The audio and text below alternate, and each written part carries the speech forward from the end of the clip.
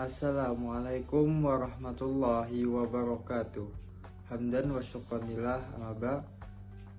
Kami di sini sebagai kelompok 1 membahas tentang sejarah hukum pertanahan di Indonesia. Dosen pengampu ialah Bapak Muhammad Syarif Hidayatullah, yang mana kami di sini beranggotakan Ferdi Aryan, Muhammad Yazidi Rahman, serta Ahmad Khairur Rahman. Perkembangan kepemilikan tanah di Indonesia dapat dibagi dalam 2 periodisasi. Yang pertama ialah pada masa sebelum Indonesia merdeka dan pada masa sebelum Indonesia merdeka.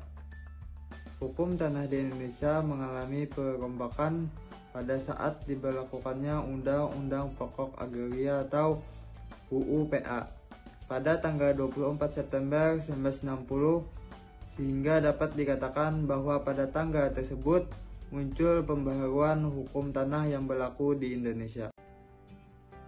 Pertama ialah sebelum Agrarian, konflik pendekatan antara golongan liberal dan golongan konservatif di Belanda mengakibatkan Raja mengeluarkan instruksi pada Gubernur Jenderal untuk melakukan suatu survei di suatu wilayah di Pulau Jawa. Pada tahun 1870, hasil survei tanah Jawa belum juga disusun.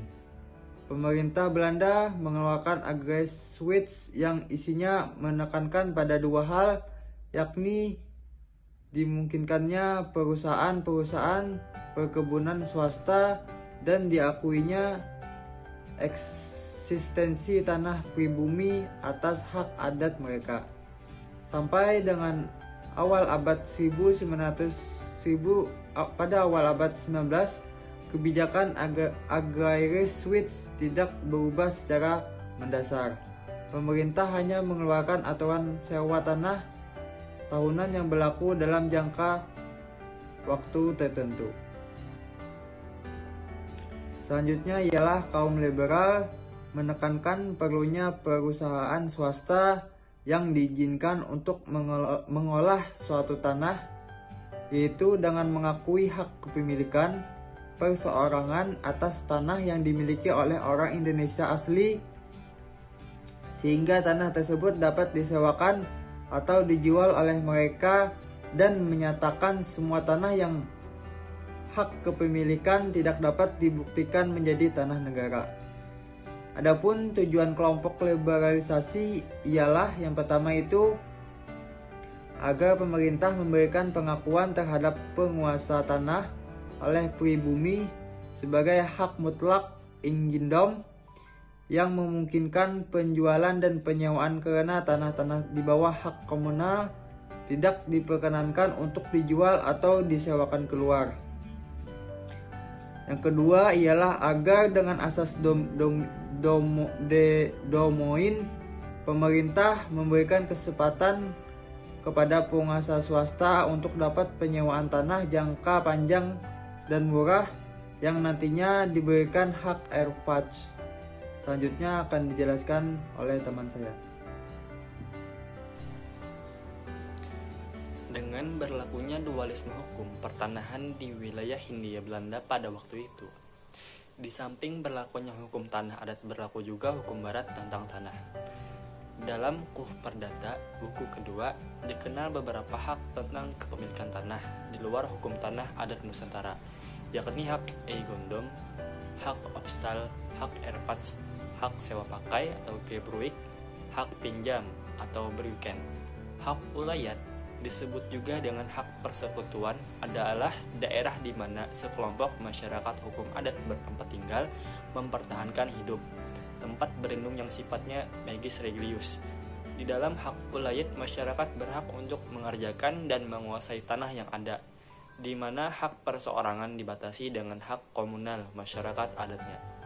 Pada masa penjajahan Jepang, peraturan-peraturan pertanahan yang berlaku sebelum masa penjajahan Jepang masih tetap berlaku. Karena masa penjajahan Jepang begitu singkat, belum sempat dibentuk hukum tanah yang baru.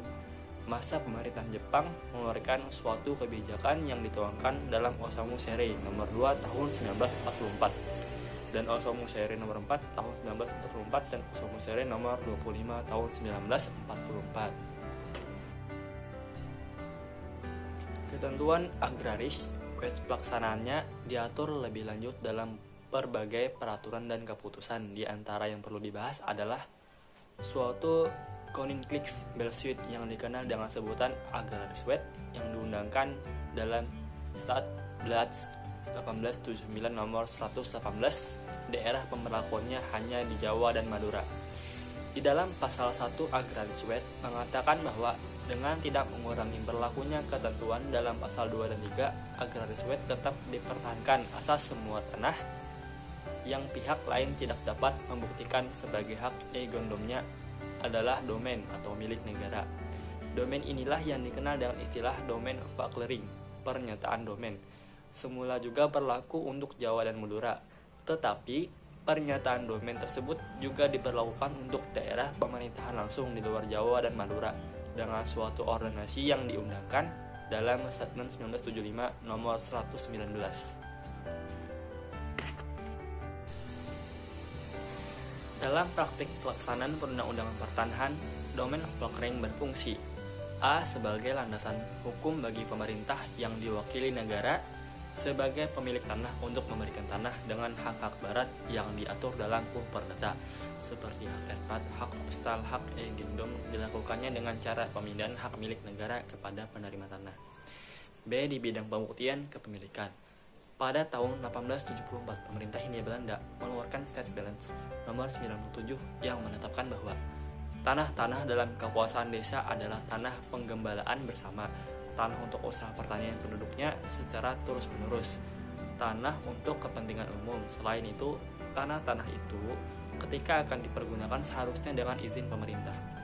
Dalam kenyataannya, State Balance ini menimbulkan berbagai pertentangan. Salah satunya adalah mengenai hak-hak pribumi atas kepemilikan sebidang tanah yang berasal dari pengelolaan atau pengambilan hasil hutan dengan cara diakui dan disetujui oleh residen dan kepada desa. Pengaturan hukum kepemilikan tanah setelah Indonesia merdeka. Masa sebelum terbentuknya Undang-Undang Pokok Agraria, pada periode setelah Indonesia merdeka, yaitu setelah pendudukan Jepang berakhir di Indonesia, banyak produk hukum legislasi yang dikeluarkan termasuk produk hukum agraria nasional. Produk hukum agraria tersebut dikerjakan dalam waktu yang sangat panjang. Hukum agraria sebagai produk hukum zaman kolonial memiliki karakter eksploratif, dualistik, dan feodalistik, terutama adanya asas domain verklaring yang menyertainya, sangat bertentangan dengan kesadaran hukum dan rasa keadilan dalam masyarakat. Oleh karena itu, timbul tuntutan segera dilakukan perubahan. Pada periode ini merupakan masa peralihan dari era penjajahan ke era kemerdekaan. Sebagai konsekuensi dari peralihan tersebut, dilakukan beberapa langkah penting, yaitu yang pertama, penghapusan desa perdikan atau desa di mana kepala desa mempunyai kekuasaan istimewa seperti bebas dari pungutan pajak tanah pemerintah, menyewakan tanah kepada masyarakat, dan kekuasaan turun-temurun. Dasarnya adalah Undang-Undang Nomor 13 Tahun 1946 tentang penghapusan desa-desa perdikan. Yang kedua, penghapusan tanah-tanah milik orang asing yang dikenal dengan Forstlandlanden di Keresidenan Surakarta dan Kesultanan Yogyakarta berdasarkan Undang-Undang Nomor 13 Tahun 1948 tentang Undang-Undang Perubahan Forstlandlanden Grundreglement.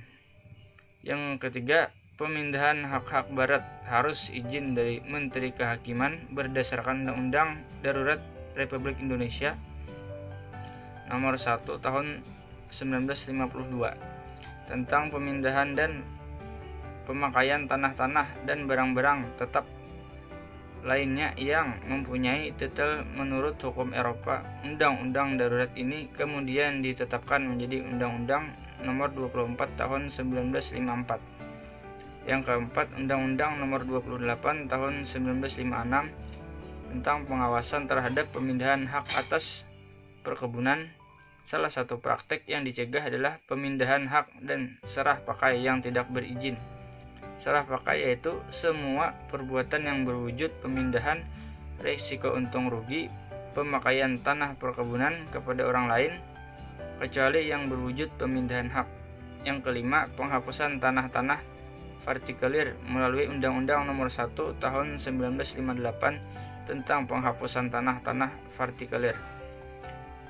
Yang keenam, Undang-Undang Nomor 86 Tahun 1958 tentang nasionalisasi perusahaan-perusahaan milik Belanda yang mengambil alih perusahaan perkebunan milik Belanda dengan kompensasi yang ditentukan oleh panitia. 1 dekade lebih setelah Indonesia merdeka, akhirnya lahir Undang-Undang Nomor 5 Tahun 1960 tentang Peraturan Dasar Pokok-Pokok Agraria yang dicatat dalam Lembaran Negara 1960 atau 104 dan tambahan Lembaran Negara Nomor 2043. Peraturan ini merupakan tonggak sejarah dalam perjalanan bangsa Indonesia, mengingat ketentuan dasar mengenai agraria sangat menentukan perjalanan kedaulatan NKRI. Dengan berlakunya Undang-Undang Pokok Agraria, maka ketentuan mengenai agraria peninggalan kolonial dinyatakan tidak berlaku alias dicabut ketentuan yang dicabut oleh Undang-Undang Pokok Agraria. Mungkin itu saja presentasi dari kelompok kami. Salah hilapnya mohon maaf. Wabillahi taufiq wal hidayah. Wassalamualaikum warahmatullahi wabarakatuh.